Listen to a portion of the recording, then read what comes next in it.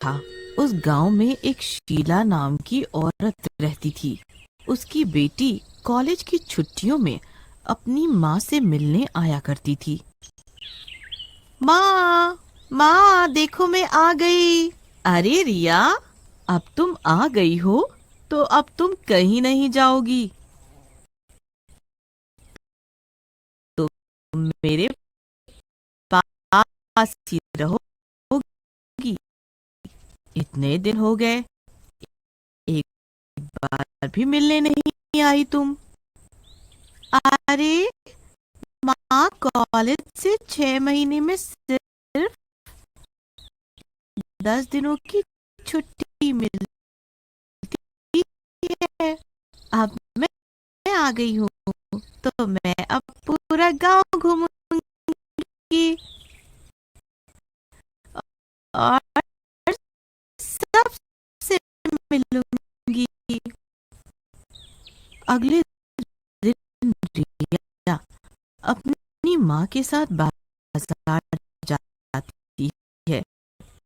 जब वो बाजार से लौटती है तो उसे एक बरगद का पेड़ दिखाई देता है। अरे वाह, कितना विशाल पेड़ है, पर इस पे ये क्या काला काला लटक रहा है। रिया थोड़ी घबरा जाती है और रिया उस पेड़ की तरफ बढ़ने लगती है।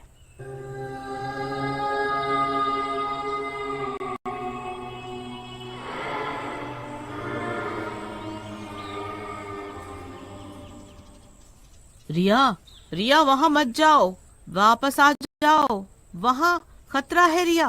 पर तब तक रिया बरगद के पेड़ के दायरे के अंदर पहुंच चुकी होती है। तभी अचानक से रिया को बरगद की कोई ताकतवर शक्ति अपनी तरफ खींचने लगती है।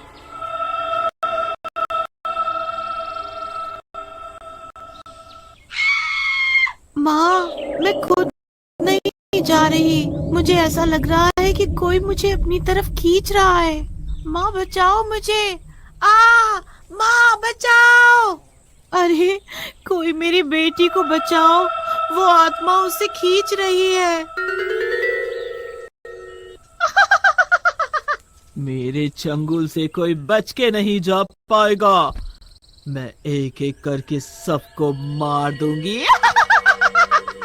वो आत्मा रिया के शरीर पर कब्जा करने की कोशिश करती है और रिया पर प्रभाव डालती है। तभी रिया की माँ उस आत्मा के आगे एक सिद्ध ताबीज कर देती है, जिससे आत्मा कमजोर पड़ जाती है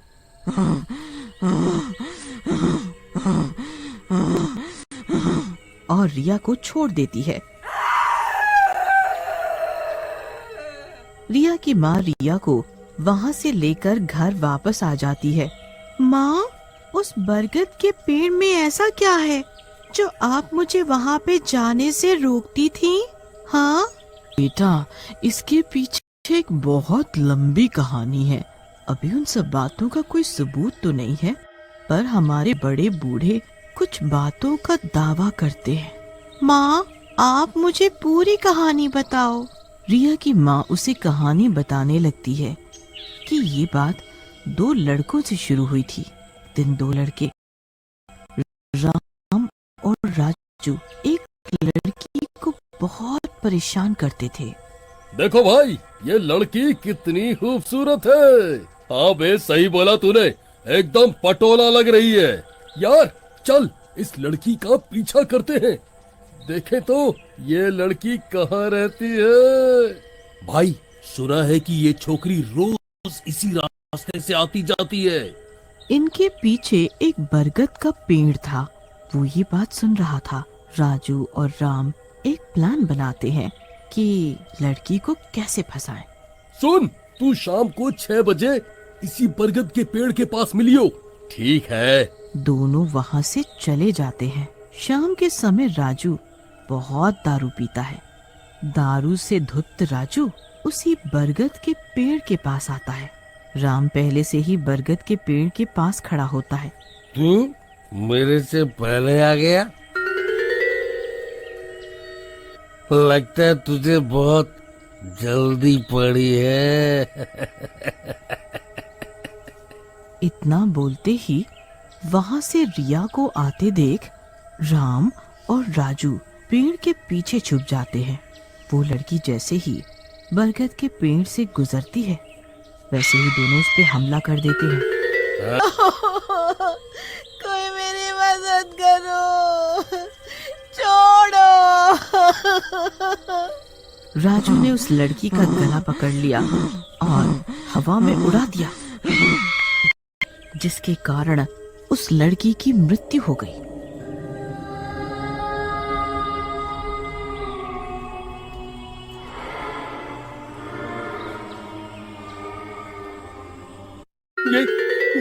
ये तूने क्या क्या कर दिया? अब तो हम मरेंगे। मैंने तो बस गला पकड़ा था, मुझे क्या पता था इससे इसकी जान चली जाएगी। अब क्या करें हम? भागो वरना जेल हो जाएगी। जैसे ही दोनों भागने लगते हैं बरगद के पेड़ की डाली उनके पैर पकड़ लेती है और उन्हें हवा में उड़ा देती है।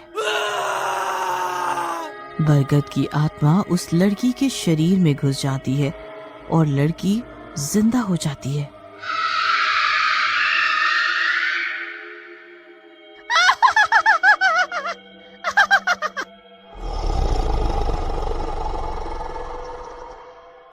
उसके बाद रिया गांव में जाती है और जो भी उसके सामने आता है उसे वो मार डालती है।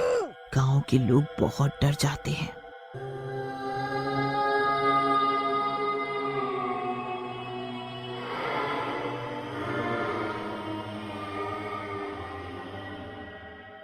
भागो! भूत! भागो वरना ये हम सबको बहुत मारेगा और ये मार डालेगा। एक दिन सब लोग मिलके एक तरकीब सुझाते हैं। अगर हमें अपनी जान बचानी है तो हमें मुनि बाबा के पास जाना होगा। हाँ, हम सब चलेंगे, तभी हम सबकी जान बच सकती है उस भूतनी से, और कोई नहीं बचा सकता हमें। अगले दिन लोग मुनि बाबा के पास जाते हैं और उनके घर के बाहर जोर जोर से चिल्लाते हैं, हमारी मदद करो बाबा, हमारी जान खतरे में है। कौन है जो सुबह सुबह चिल्ला रहा है घर के बाहर? इनको कुछ काम नहीं है चिल्लाने के अलावा। बाबा बाबा हमारी मदद करो बाबा, हमारी जान खतरे में है। भूतनी हम सबको मार डालेगी। हम गांव वालों को बचाओ, अब आप ही हम सबको बचा सकते हो बाबा, आप ही बचा सकते हो। क्या हुआ तुम्हें? तुम क्यों इतना घबरा रही हो? आखिर क्या हुआ है तुम्हारे साथ, और कौन सी भूतनी तुम्हें मार डालेगी? गांव के लोग उन्हें पूरी कहानी बताते हैं। बाबा उन्हें एक शक्ति कब्ज देते हैं और बोलते हैं, इस शक्ति कब्ज को तब तक मत उतारना जब तक ये सब ठीक ना हो जाए। ठीक है बाबा। तुम एक काम करो, तुम उस भूतनी को कैसे भी किसी भी तरह से उस बरगद के पेड़ के पास लेकर आ जाओ। मैं तुम्हें वहीं मिलूंगा, और जब वह बरगद के पेड़ के पास आ जाएं, तब तुम कहीं छुप जाना। जब तक मैं ना बोलूं तब तक बाहर मत आना। फिर वो सब गांव वाले वहां से चले जाते हैं और उस भूतनी को अपने जाल में फंसाने के लिए उसके आगे भागने लगते हैं। वो भूतनी उनका पीछा करने लगती है। रुक जाओ, मैं मार डालूंगी। रुक जाओ, रुक जाओ।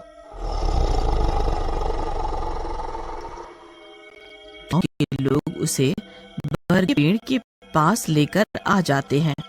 मुनि बाबा एक बड़े से पत्थर के पीछे छुपे होते हैं और गांव के लोग भी छुप जाते हैं।